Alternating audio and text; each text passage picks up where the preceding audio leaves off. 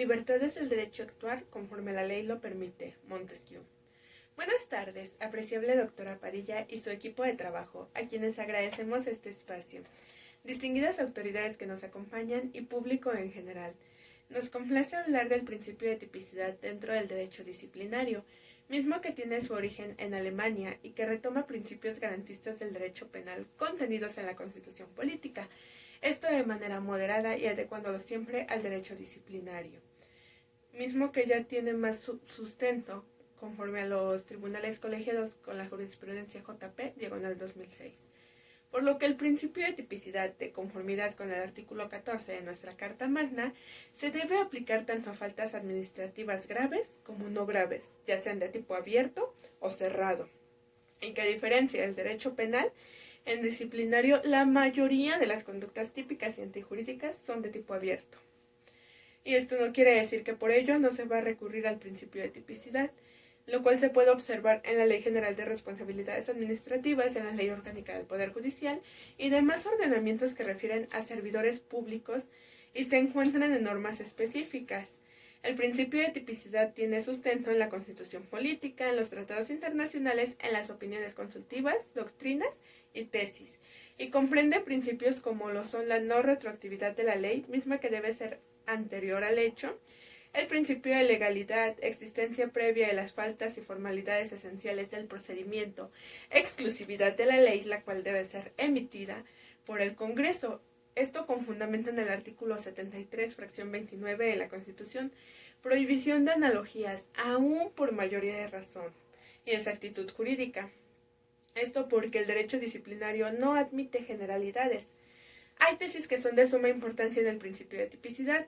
Tal es el caso de la tesis aislada de los tribunales colegiados de circuito con registro 20-22-148, en la que se dice que cuando se violenta el principio de tipicidad se cae en ilegalidad, porque sería un proceso fraudulento al derecho a una defensa técnica y adecuada. Es muy importante saber que la tipicidad comprende elementos objetivos, subjetivos y normativos. Si faltan unos de estos, entonces no hay tipicidad y por lo tanto no existe imputación objetiva. A detalle, los elementos subjetivos son un elemento activo, un elemento pasivo, un bien jurídico protegido o lesionado, que en nuestro derecho disciplinario siempre va a ser el servicio público, y un nexo causal. Por lo que aquí es cuando vamos a decir cuáles son las actividades que se llevaron a cabo para llegar al cometido de ese acto ilícito o bien falta administrativa. Por otra parte, los elementos subjetivos refieren al dolo o la culpa, y es importante saber que en las faltas graves siempre se debe al dolo, porque el servidor público o bien particular en situación específica sabía que estaba mal realizar esta acción y aún así la cometió. Mientras que en las faltas administrativas no graves pudo haber sido por culpa o dolo. Y finalmente los elementos normativos refieren a aquel ordenamiento jurídico en el que se describe exactamente la conducta realizada y que esto nos va a llevar a la correcta imputación objetiva. Es muy importante saber que a partir de la reforma de 2011 se busca dar la mayor protección a los derechos de los administrados, y esto tiene que ver con el artículo 1 y 133 de nuestra Carta Magna, en lo que es importante saber que el debido proceso ha contribuido a que haya una menor violación de derechos humanos. La imputabilidad se lleva a cabo por la autoridad resolutora, y al momento de la impartición de justicia en nuestro país se toma en cuenta tanto a los colegiados como a la jurisprudencia y asimismo a la Corte Americana de Derechos Humanos, la cual está conformada por América Latina y Europa. La Corte Interamericana de Derechos Humanos toma relevancia porque ha dictado resoluciones, y también es importante el Tribunal de Derechos Humanos. El derecho disciplinario, al igual que el derecho penal, forman parte de ese freno a la potestad punitiva del Estado, dado que en sus procedimientos se cambia la situación jurídica de la persona. Nuestra Constitución prevé la protección más amplia a los derechos humanos, Por ello nos encontramos con el control de constitucionalidad y el control de convencionalidad, mediante una cláusula de interpretación conforme, así como la supremacía de la Constitución de conformidad con los artículos 1 y 133 de nuestra Carta Magna. En el párrafo primero del artículo 1 de nuestra Constitución se habla de que las garantías no se restringen ni se suspenden, salvo las excepciones y formalidades de la Constitución. Entonces la ponderación nos habla de un nivel complementario entre la Constitución y los tratados internacionales, y en caso de violaciones a los derechos humanos nos encontramos con 3 instituciones de mayor relevancia, que son el juicio de amparo, la acción de inconstitucionalidad y la controversia constitucional. A nivel convencional, el instrumento más importante es la Corte Americana de Derechos Humanos, la cual México ratificó en 1981 y que se aceptó la competencia de la Corte Interamericana de Derechos Humanos en 1998. Los derechos humanos tienen su base en el reconocimiento a las garantías básicas de todo individuo procesado en los límites jurídicos del Estado. Esto quiere decir que el Estado puede llegar hasta ciertos límites de la esfera jurídica de la persona, siempre y cuando se respeten las garantías de audiencia, el derecho a un debido proceso, la obtención lícita de la prueba, la carga de la prueba, que es para la autoridad o bien para quien acusa, la presunción de inocencia, el derecho a una defensa técnica y adecuada, entre otros. Entonces, el artículo 133 de nuestra Carta Magna alude a la supremacía constitucional.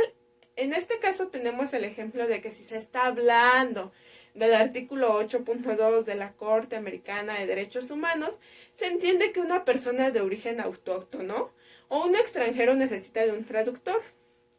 Entonces nos encontramos que en el artículo 4 de nuestra Constitución se dice que toda persona debe de ir acompañada de un intérprete en cualquier diligencia, por lo que se le va a hacer caso a lo que nos está ofreciendo nuestra Constitución, porque se está otorgando mayor protección a los derechos del administrado, y en este supuesto toma demasiada importancia lo que es el caso Maldonado Ordóñez contra Guatemala. Y es importante recordar que no solamente se aplica una ley secundaria.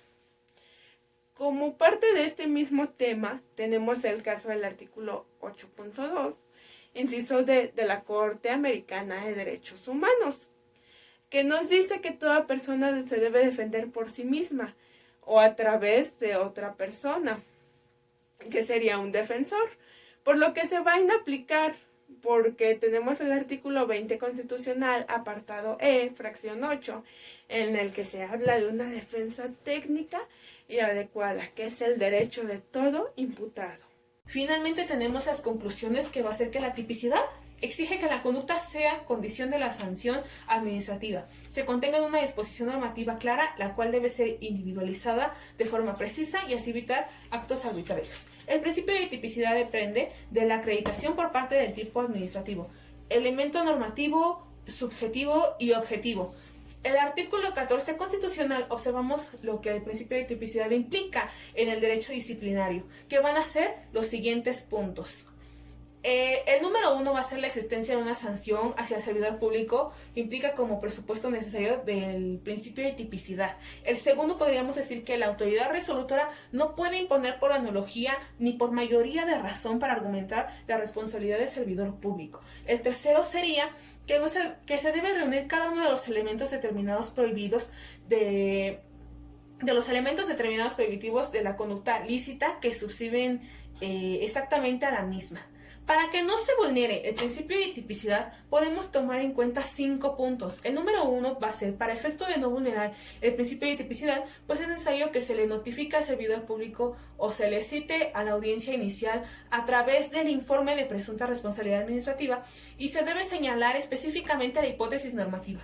Además, la 2, se tiene que señalar la forma en la que se atribuye la conducta y cómo esa conducta, es decir, la forma de intervención del servidor público que adecua a la hipótesis normativa prohibitiva, ya sea administrativa grave o no grave. La número 3, Si no se contempla la infracción que se dio en el procedimiento administrativo sancionador, entonces estás violentando ese principio de tipismo, en donde nosotros como autoridades podemos subsumir la conducta de un servidor público a lo que señala la norma jurídica. Número 4. Para no violentar el principio de tipicidad es la individualización de la conducta de forma precisa. Número 5. Que se aplique exactamente a la norma jurídica que se prevé. Entonces, si nosotros tenemos estos 5 puntos, pues evidentemente el principio de tipicidad lo estamos cumpliendo y por lo tanto no estamos vulnerando dicho principio. También va muy de la mano con la parte de la presunción de inocencia. Que quede claro que si se violenta el principio de tipicidad, también se violenta la presunción de inocencia. En este sentido, lo que hace que el principio de presunción de inocencia y el principio de tipicidad pues traen como resultado la carga de la prueba. La presunción de inocencia es un principio de facto y la tipicidad es un elemento que no está constituido como la presunción de inocencia, pero que al contrario la autoridad investigadora tiene que construir esta tipicidad a través de los elementos prohibitivos expresos, de acuerdo al principio de legalidad, que deben estar con anterioridad a la norma jurídica y que además se deben subsumir de forma exacta a lo prohibido. Ahora, ¿de qué otra forma se violenta el principio de tipicidad? Si la falta administrativa o sanción deviene de un reglamento o documento emitido por una autoridad administrativa, pues la corresponde exclusivamente al Poder Legislativo, entonces no se puede. Recordemos que de acuerdo a una tesis, los códigos de ética del Poder Judicial del Estado de México no pueden servir de sustento para fincar una responsabilidad administrativa a un servidor público de la judicatura porque se está violentando el principio de tipicidad, además de que se está violentando el principio de legalidad, ya que una falta administrativa debe estar en una ley. Y bueno, esto ha sido todo de nuestra parte. Muchas gracias por habernos escuchado y les deseamos una buena tarde.